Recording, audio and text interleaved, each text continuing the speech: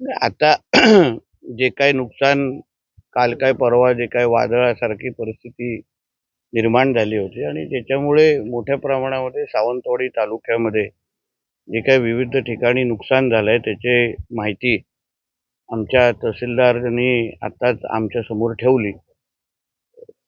पंचनाम्यांच्या अनुसार जवळपास 25 लाखाचं नुकसान असं ते दाखवत आहेत. माझ्या दृष्टिकोनातून झालेलं नुकसान जे काय आता पाहायला मिळतंय त्याच्यापेक्षा ते कमी असं मला तरी दिसतंय.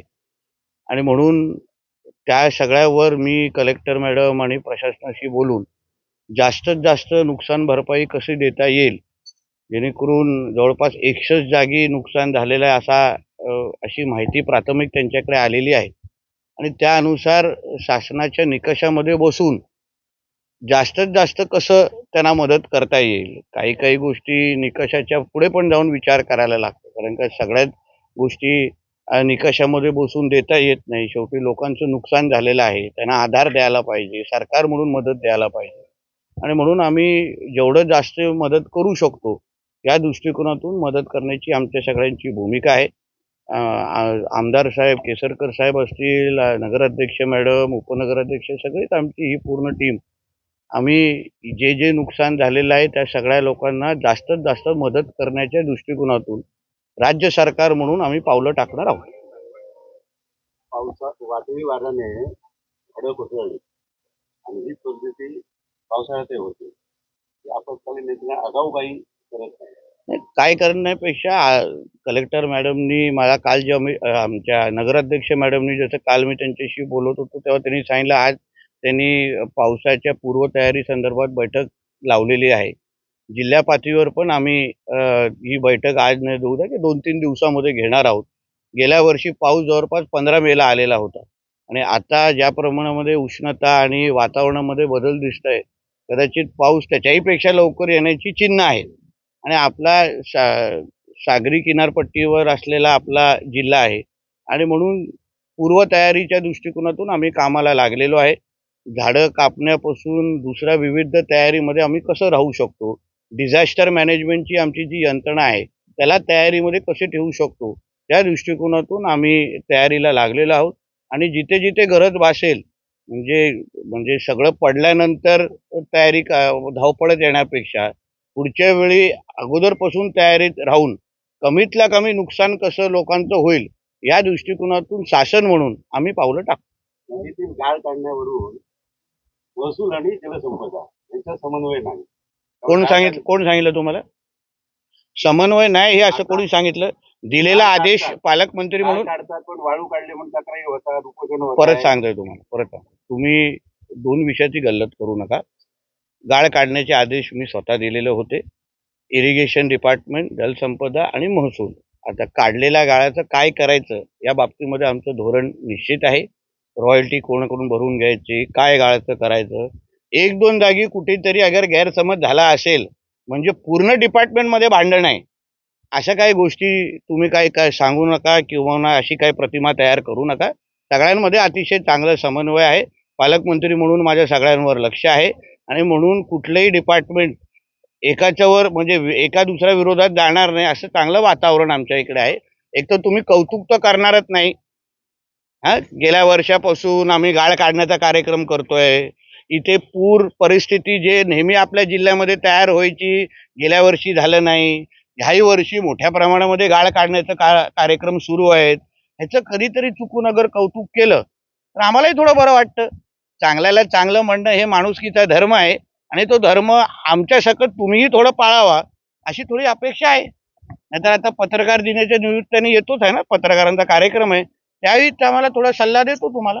कोकणातल्या शेतकऱ्यांना आजही नुकसान झालं त्याच्यावर भरपाई सरकार देतोय पण आता त्या पावसामुळे किंवा वाऱ्यामुळे अजून नुकसान होतं त्या संदर्भात तुम्ही लक्ष द्या. नाही, सरकार म्हणून आमची निकषामध्ये राहून जेवढी मदत करू शकतो आमची मदत करण्याची भूमिका आहे. त्याच्यामध्ये आता शेवटी वातावरणामध्ये होणारे बदल हे आपल्या कोणाच्याच हातात नाही. म्हणून सरकार म्हणून जेवढी आम्ही मदत करू शकतो आम्ही निश्चित पद्धतीने मदत करणार, ह्याच्यामध्ये काही दोन विचार नाही. पावसाळा जवळ हा पर्यटन जिल्हा आहे, त्याचबरोबर वारंवार वीज पुरवठ्याचा लपंडाव सुरू असतो आणि पाऊस आला की झाडे तोडणे आणि त्याच्यात आणि चतुर्थीपर्यंत हा वीज पुरवठ्याचा होतो. त्यासाठी अगोदर आणि भूमिगत वीज वाहिनीसाठी काय प्रयत्न होणार आहेत का? 2 विषय. गेल्या वर्षीपेक्षा MSEBच्या कामामध्ये निश्चित पद्धतीने चांगली सुधारणा आहे. त्यांना जे सांगतो तुम्हालाही सांगतो, चांगल्याला चांगलं म्हणा थोडं. बरं आहे, आम्हाला संबंधित खात्याचे मंत्री आणि स्वतः फडणवीस साहेब आहेत. त्यांनी स्वतः अधिकाऱ्यांची आदेश देऊन आपल्या सिंधुदुर्ग जिल्ह्याच्या दृष्टिकोनातून अजून जास्त कशी मदत करू शकतो. खूप मोठ्या प्रमाणामध्ये निधी आपल्या जिल्ह्यासाठी त्यांनी दिलेली आहे. खर्चही करतो आहे आपण. पण काही गोष्टीमध्ये ट्रान्सफॉर्मर जळणं, कुठेतरी पोल पडणं, 100% आम्ही सुधारणं होत आहेत, झालेत असं म्हणणार नाही. पण गेल्या वर्षापासून टप्प्याटप्प्याने परिस्थिती चांगली होते, त्याच्याही पेक्षा चांगली होईल. आम्ही पूर्वतयारीच्या दृष्टिकोनातून सगळ्या गोष्टीवर लक्ष ठेवून आहोत. कुठेच आम्ही असं सांगणार नाही, कारणं देणार नाही. पण तुम्हाला विश्वास देतो, MSEBचा कारभार 100% चांगला व्हावा या दृष्टिकोनातून आमची पावलं त्या दिशेने पडतायत. भूमिगत वाहिनीच्या संदर्भात तुम्ही जे बोलले, आमचं काम सुरू आहे. आता आम्हाला डिसेंबर 2026 ही तारीख दिलेली आहे. माझी अपेक्षा आहे की ते वेळेत पूर्ण करतील आणि माझं बारकाईने त्याच्यावर लक्ष आहे. आमदार इतके सामील आहेत आणि सत्तेत महामार्गाबाबत तुम्ही आणि दोन्ही आमदार आणि तुम्ही दोन्ही आमदार आणि तुम्ही म्हणजे किती आमदार झाले? अच्छा 3 झाले. अच्छा ठीक आहे. घरामध्ये जॉईन व्हा म्हटलं, पण आता नाही एक मिनिट. हां हां नव्याने जे शक्तीपीठासाठी द्या मला तुमच्याकडे MSRDCचं अधिकृत पत्र दाखवा. तुम्ही प्रश्न विचारता म्हणजे तुमच्याकडे अधिकृत माहिती असेल, पत्र तरी असेल. नेटवर जिथे आहे ज्या सर्वे झाला ते बेगव्यामध्ये आणि बांद्यामध्ये जॉईन होणं असं म्हणताय, दाखवलं जाते तिथे जे आम्ही आता अहो साहेब, आम्ही मंत्रालयामध्ये बसतो. आम्ही या संदर्भात बैठका घेतलेल्या आहेत. MSRDC बरोबर बैठका घेतलेल्या आहेत. आदरणीय दीपक केसरकर साहेबांनी जी सूचना दिल्या, आमच्या सगळ्यांचं मत आहे की शक्तिपीठ महामार्ग हा आता जो जुना प्लॅन जो होता त्याच्यामुळे गोव्याला जास्त फायदा होत होता. आलेला रस्ता डायरेक्ट गोव्याला जात होता. म्हणून केसरकर साहेबांनी आम्ही लोकांनी तो पूर्ण प्लॅन बदलून बांधा आणि ह्या सगळ्या कुठल्याही गोष्टी बाधित होत नाहीत हे लिहून ठेवा, पाहिजे रेकॉर्ड करून ठेवा. आणि म्हणून असा आता आपण त्याच्यातून मार्ग आम्ही लोकांनी सगळ्यांनी मिळून काढलेला आहे, जेणेकरून आपल्या जिल्ह्याला त्याचा फायदा होईल. रेडी पोर्टशी त्याला जोडलं जाईल, जिल्ह्याला वेगवेगळ्या विकासाची दारे उघडतील. ह्या दृष्टिकोनातून आता नवीन मार्ग आपण तयार केलेला आहे. म्हणून कुठल्या तरी संघर्ष समितीच्या व्यक्तीने पत्र टाईप करतो, प्रिंट करतो आणि आमच्या पत्रकार मित्रांना देतो आणि आमचे पत्रकार मित्र लगेच हेडलाईन मारतात, असा कारभार राज्य सरकारचा चालत नाही. म्हणून मी आपल्या माध्यमातून सगळ्यांना मी विनंती करतो, कुठल्याही अफवांवर विश्वास ठेवू नका. आमचं सरकार कमीतल्या कमी गावं बाधित करून सिंधुदुर्ग जिल्ह्याला ज्याचा फायदा होईल त्याप्रमाणे आदरणीय मुख्यमंत्र्यांनी आम्हाला शक्तीपीठ महामार्ग करायला सांगितलेला आहे. पालकमंत्री बोलल्यानंतर तरी विश्वास बसेल की नाही? मग आता तसं ती जरा बातमी व्यवस्थित चालवा. आता पण काय विचारत होता? अच्छा, म्हणजे थेट मुंबई. मराठी सक्तीवरून रिक्षा टॅक्सीच्या मराठी सक्तीवरून सदावर्त्यांनी विरोधाची भूमिका घेतली. मनसेने त्याच्यावर सदावर्त्यांना फटकावण्याची भाषा केली. एक लक्षात घ्या, महाराष्ट्र सरकार म्हणून, महायुतीचं सरकार म्हणून मराठी आमच्या महाराष्ट्रामध्ये सक्तीची आहेच. प्रत्येकाला मराठी आलीच पाहिजे ही आमच्या सगळ्यांची भूमिका आहे. आमच्या परिवहन मंत्रींनी घेतलेली भूमिका, त्याचं समर्थन आदरणीय मुख्यमंत्री सकट आम्ही सगळ्यांनी केलेलं आहे की मराठी प्रत्येकाला आलीच पाहिजे आणि प्रत्येकजण शिकेल ना. असं कोण नाही शिकणार असं कोणच नाही. कोणीही उगाच ह्या मुद्द्यावर वाद करू नये असं मताचा मी आहे.